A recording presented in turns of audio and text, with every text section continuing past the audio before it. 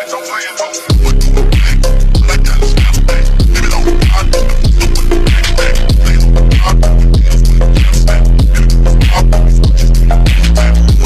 to God is Open. I am your host, Christopher Fisher. Today on God is Open, we're going to be talking about Philo of Alexandria.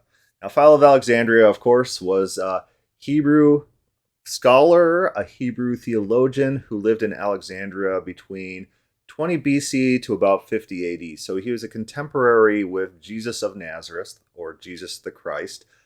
Philo lived in Alexandria, though, which was a hotbed of Platonism. We've talked about previous people who lived before Philo of Alexandria. Astrolobus was one of them. These people championed allegorical readings of the Bible because, of course, the Bible couldn't be taken literally. So when you get to Augustine, and Augustine says, when I first read the Bible, everything was absurd until I read it in light of Platonism.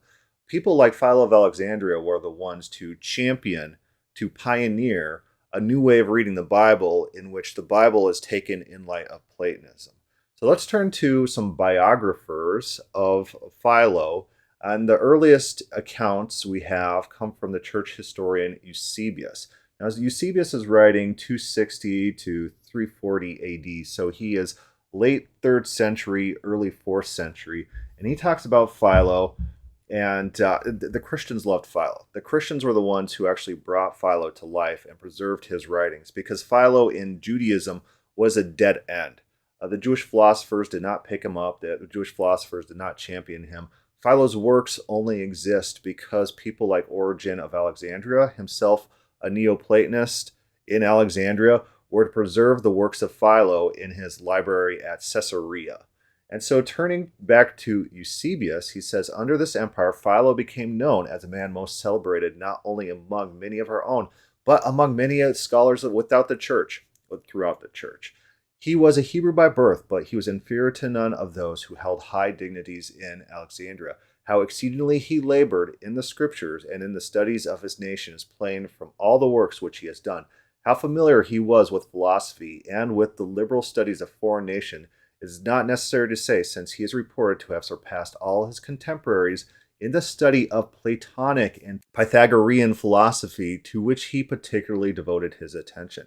So he's a known Platonist, and this is being said by Eusebius in glowing light. Remember, Platonism was in vogue. Platonism was cool. Being associated with Platonism was a good thing, and so saying that, hey, there's this guy, there's this Jew, there's a philosopher who loves Plato and loves Christians, that's a good thing. So Eusebius goes on to talk about Philo's relationship with the Christians and how Philo championed and congratulated Christians who read the Bible allegorically. So what Philo would do, he would turn to parts of the Bible in which said that Moses asked to see God's backside. And he would say, well, this doesn't mean that this is going to be a physical viewing. What this means instead is that Moses was trying to reach God through introspective seeing through your mind's eye properties of God. And since he only saw God's backside, that means he wasn't able to ascend fully to understand who God is in and of who God actually is, God's pure essence, because no man could reach that. You could only reach those lower levels.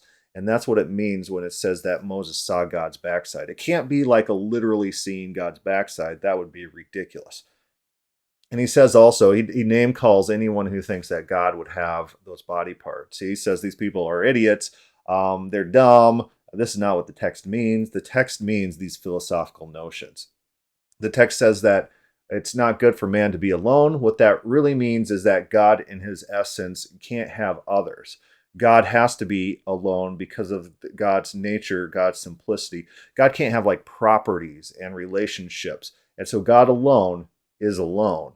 Man, it's not good that man be alone because man is a created being and is dependent on others, unlike God, who's pure philosophy. This is the mindset of Philo. So now we'll turn to Jerome, and he's writing in the Illustrious Lives, and he has a section on Philo the Jew. Now, Jerome was a contemporary of Augustine, so you're thinking late 300s, early 400s, and he's also writing about Philo the Jew, which he heaps praises on. Philo the Jew came to Rome and talked to the Christians, right? But one very interesting piece of information that he gives us is this proverb among the Greeks. that means the non-Jews, concerning Philo, he says, concerning him there is a proverb among the Greeks, either Plato Philonized or Philo Platonized, that is, either Plato followed Philo or Philo Plato, so great is the similarity of ideas and language. So Philo was a thorough Platonist, and this was recognized by the Greeks. And now it's not sure if within Jerome, this looks like high praise. He's saying this is a great thing. This is a great attribute. High praise. You're just like Plato. But it's not clear that that proverb was used necessarily in that sense. The Greeks might be actually making fun of this Hebrew who comes to Alexandria and just takes all the Hebrew scriptures and turns it into Platonism. They might say, "What are you doing? This is nonsense. You're just copying Plato." And it could be tongue-in-cheek language that either Plato followed Philo or Philo Plato. Obviously, Plato didn't follow Philo because Plato predated him by centuries. So there is some nature, some tongue-in-cheek language going on here. But other things to notice is maybe it is praised by the Greeks. Maybe the Greeks say, "Hey, this is a great guy. Look at these great things he's doing." Not all of them. Celsius, of course, makes fun of the Christians for Platonizing the scriptures, not taking the scriptures literally, and adopting Greek concepts, Greek philosophy on the scriptures. But notice that they consider him a true Platonist. The ideas that he gives about God, they consider Platonism.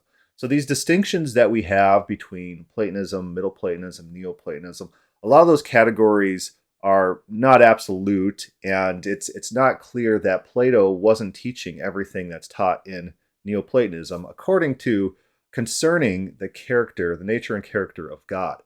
Remember, we've gone over Plato's works. He definitely taught ideas such as an ineffable one without predicates, the creator God. He's a monotheist. And people are recognizing that when they say basically Philo is teaching Platonism. Their ideas, their thoughts, their discussions are the same.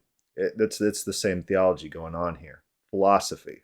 So now we're going to turn to a paper called Define Infinity in Gregory of Nicaea and Philo of Alexandria. And his section on Philo of Alexandria starts talking about a historian named Guyot. And now Guyot has what I would say is the correct understanding of Philo and Philo's development of philosophy. And this is what the paper writes. This French scholar wrote a thesis about divine infinity in Greek philosophy from Philo to Plotinus, published in 1906. In this study, he defends the view, contrary to Muhlenberg's conviction, that Philo was the first to put forward a notion of God's infinity. You know, I wouldn't say that Philo would be first to do that, but Philo is definitely a major step in the way, a major data point. He argues that the Jewish exegete develops the idea of divine infinity and indetermination on the basis of God's unnamability and incomprehensibility in Jewish thoughts. Start noticing these Platonic concepts, these Platonic terms that are being ascribed to Philo. Are these biblical terms? God's unnamability and incomprehensibility? The Greek philosophers Plato, Aristotle considered the first principle to be determinable because perfection is linked with determination, not indetermination. The Jew Philo was the first to regard the highest principle as infinite, but Guyot himself concedes that Philo does not use the word infinite for God. Philo does, however, clearly express that God is without qualities, and Guyot argues that being without qualities implies a being without a limit and determination. Yeah, all we have to do is read the ideas of Philo within his existent works, and we see that Philo is arguing for some sort of concept of divine infinity. I think Guyot is correct, and I think his detractors are incorrect. I think all we have to do is read Philo and read behind the lines. You don't have to use the exact word in order to express a concept. Because Philo conceives only of qualities that are limited, this entails that God is without limit. Further, because God is incomprehensible and unnameable, he cannot be determined. God's perfection is also beyond every determination and limit. This can be seen, Guyot argues, in De Cherubim, where Philo writes that God's nature is most perfect. Rather, he himself is the summit, end, and limit of happiness. On the basis of Philo's statement that God is the most perfect, Guyot concludes that for Philo, God is infinite. The divine infinity is referred to as perfection infinity. Now, this paper that we're reading doesn't fundamentally disagree with Guyot. It takes a nuanced, different view, but I think Guyot is laying down some very clear principles of the Platonism that's taught by Philo of Alexandria. God is incomprehensible. God is pure simplicity. We can't attain to God. And let's pull up Philo's works, and we can start reading that and seeing how he writes about God. But God is the creator of time also, for he is the father of its father, and the father of time is the world, which made its own mother the creation of time, so that time stands towards God in relation of the grandson. For this world is a younger son of God, insomuch as it is perceptible by an outward sense. God's not perceptible by an outward sense. For the only son he speaks of as older than the world is idea, and this is not perceptible by the intellect, but having thought the other worthy of the rights of primogeniture, he also decided that it shall remain with him. Therefore, this younger son, perceivable by the external senses, being set in motion, has caused the nature of time to shine forth and to become conspicuous, so that there is nothing future to God, who has the very boundaries of time subject to him. For their life is not time, but the beautiful model of time, eternity. In and in eternity nothing is past, nothing is future, but everything is present only. Philo here is arguing for a theory of God's timelessness. God is outside of time. Time is distinction. Time is perceptible. God is outside these boundaries, these restrictions. Here he is on God's incompositeness. Says, do not compare the living God to any species of created beings, but dissociating it with the idea of distinctive qualities. God has no distinctive qualities. For this is what most especially contributes to his happiness and to his consummate felicity, to comprehend his naked existence without any connection with figure or character. They, I say, are content with the bare conception of his existence and do not attempt to invest in him with any form. But those who enter into agreement and alliances with the body, being unable to throw off the robe of the flesh and to behold that nature, which alone of all natures has no need of anything, but is sufficient of itself, God's aseity. God doesn't need anything outside himself, and simple and unalloyed and incapable of being compared with anything else. God has no predicates, remember. From the same notion of cause of all things that they do of themselves, not considering that in the case of a being who exists through a concurrence of many faculties, he has need of many parts in order to supply the necessities of each of those faculties. God doesn't think, right? In Platonism, God, in order to think or have ideas or to exist in any traditional sense, you have to have different parts that work together in different natures and different ways in order to come together and to portray your existence in some way to the world. But God is not like that in Philo. Here's what he writes. But God, insomuch as he is uncreated, and the being who has brought all other things to creation, stood in need of none of those things, which are usually added to creatures. For what should we say? Should we say if he's possessed of different organic parts and he has feet for the sake of walking? But where is he to walk, who fills all places at once with his presence? And to whom is he to go, where there is no one equal honor with himself? And why is he to walk? It cannot be out of any general regard for his health, as we do. Again, we're saying he has hands for the purpose of giving and taking. He never receives anything from anyone. He doesn't have parts, especially body parts. That's one of the big things that Philo points out. It's interesting that in his account of Moses and Moses asking to see God's back, in his allegorical readings, he writes that this didn't actually occur as described. Instead, it's describing this philosophical concept that you need to reach God through introspection, through the mind's eye, in order to understand truly what God's essence is. And the fact that the text writes that Moses was only able to see God's backside, what that tells us is that God cannot be fully conceived. The true nature of God is unattainable. We can only see things that are behind God. We can only see things at lower levels than God. We can never attain to the truth of who God is. And that's what that passage means in the mind of Philo. So go pull up Philo's allegorical readings. You can find that on earlyjewishwritings.com and start reading through how he treats the Bible, his allegorical interpretations of the Bible. You take a pretty clear passage of the scripture that's writing about something historical, and then you make about these obscure philosophical concepts. Let's go to the creation of man, that man should not be alone. We'll just kind of read that because that's kind of funny. And the Lord God said, "It's not good for man to be alone. Let's make him a helpmeet, a helper for him. Why, O prophet, is it not good for man to be alone? Because he says it is good that he who is alone should be alone, but God is alone and by himself, being one, and there is nothing like under God. So that since it is good that he who has a real existence should be alone, for that which is about alone is good. It cannot be good for a man to be alone." So God says, let's make man a helper. And the idea there is God doesn't need a helper because he's above existence, in which helpers are meaningful. God's essence is alone. It is solitary. It's not related to other things. Therefore, Adam, since he is related to other things, needs that helper. That's the idea here. So he says, God is not a compound being, nor one which is made up of many parts, but one which has no mixture with anything else. For whatever could be combined with God must either be superior to him or inferior to him. This is all Platonism.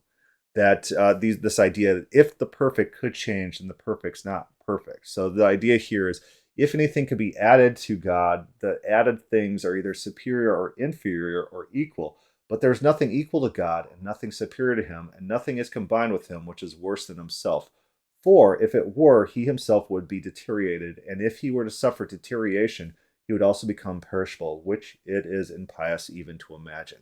It's really bad to think that God could deteriorate in any sense. These are Platonistic values. God needs to be the highest good, and you need to come up with this philosophical system in which this good can't be diminished in any way. Again, these are all subjective evaluations, and he uses this strong language as, you guys are just dumb if you even think that this is a possibility. Skipping forward, here's another part in allegorical interpretations. For the images which are presented to the sight in executed things are subject to dissolution, but those which are presented in the one, uncreated, may last forever, being durable, eternal, and unchangeable.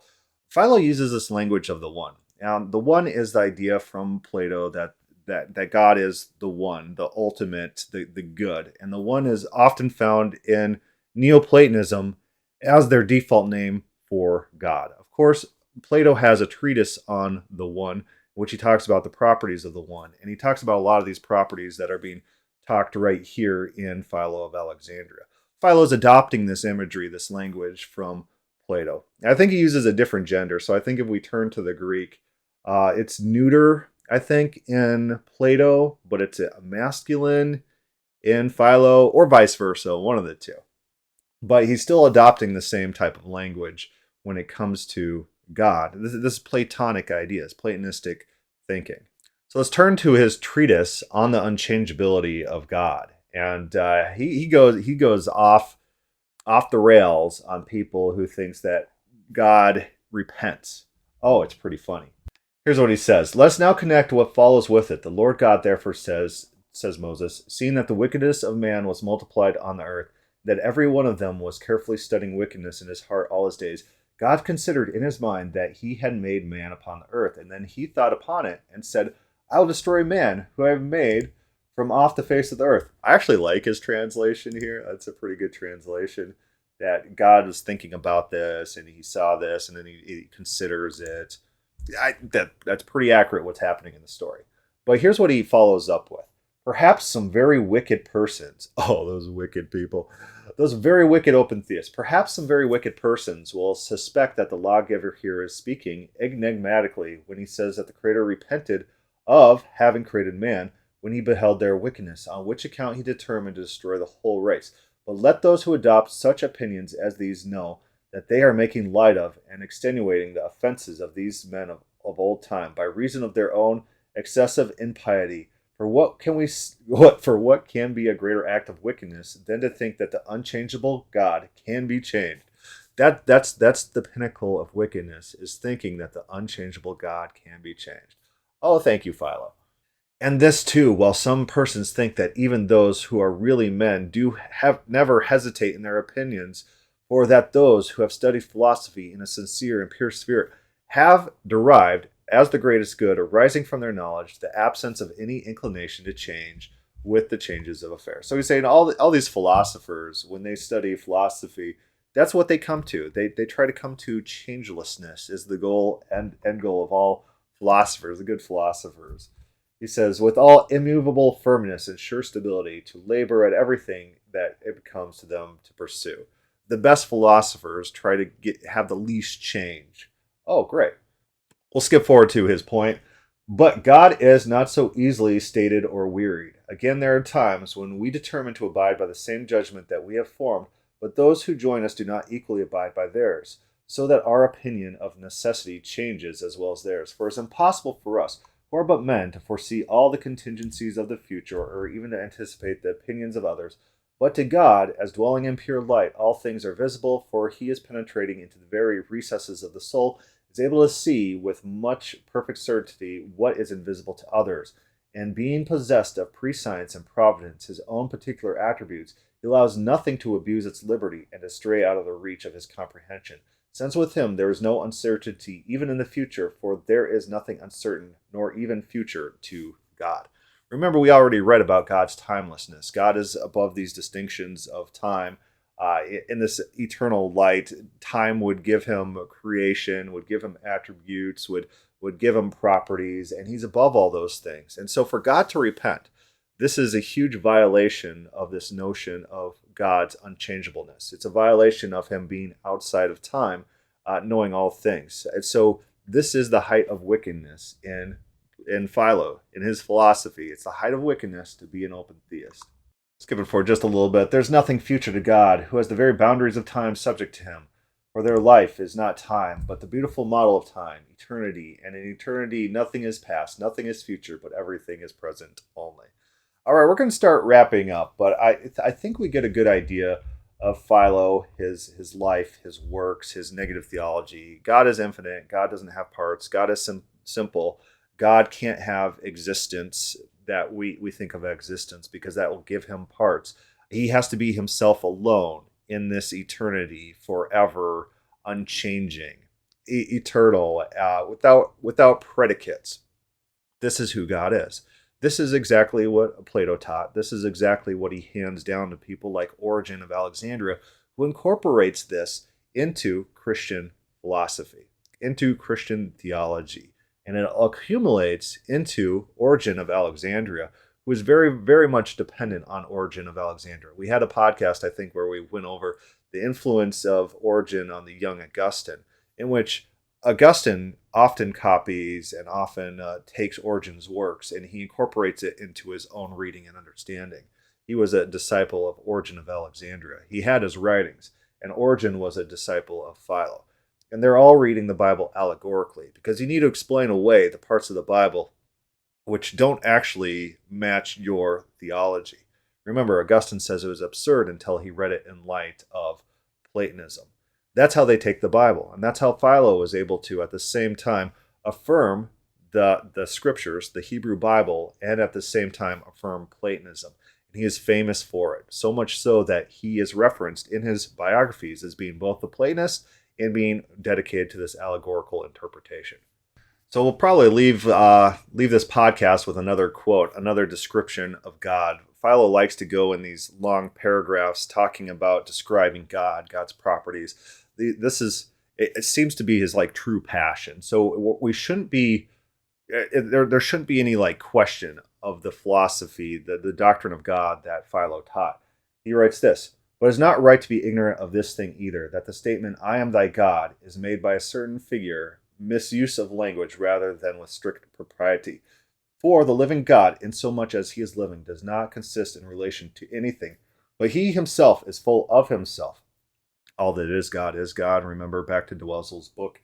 He is sufficient for himself. He existed before the creation of the world, and equally after the creation of the universe, for he is immovable and unchangeable, having no need of any other thing or being whatsoever. So that all things belong to him, but properly speaking, he does not belong to anything. This is Platonism. On that same note, Philo takes the I am that I am, and he says that's the equivalent to saying, it is my nature to be, not to be described by name. That's how he takes God's famous giving of the divine name to Moses. But that's Philo of Alexandria.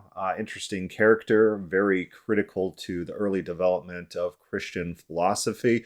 Not so much to the Jews. He is ignored by the Jews, wasn't very influential in Jewish thought, but the Christians adopted him as one of their own, incorporating his philosophy, his allegorical interpretation into the Bible. And I think through this allegorical means of interpreting the Bible, they were able to bring a lot of Greeks over in from paganism, from Platonism into the Christian folds, and get the Christian numbers to swell among the Gentiles. Not so much about with the Jews. The Jews cared a little bit more about treating the Bible realistically, as we read in Origin, that they wanted a more literal. They didn't like the Septuagint because the Septuagint wasn't the literal translation from the Hebrew.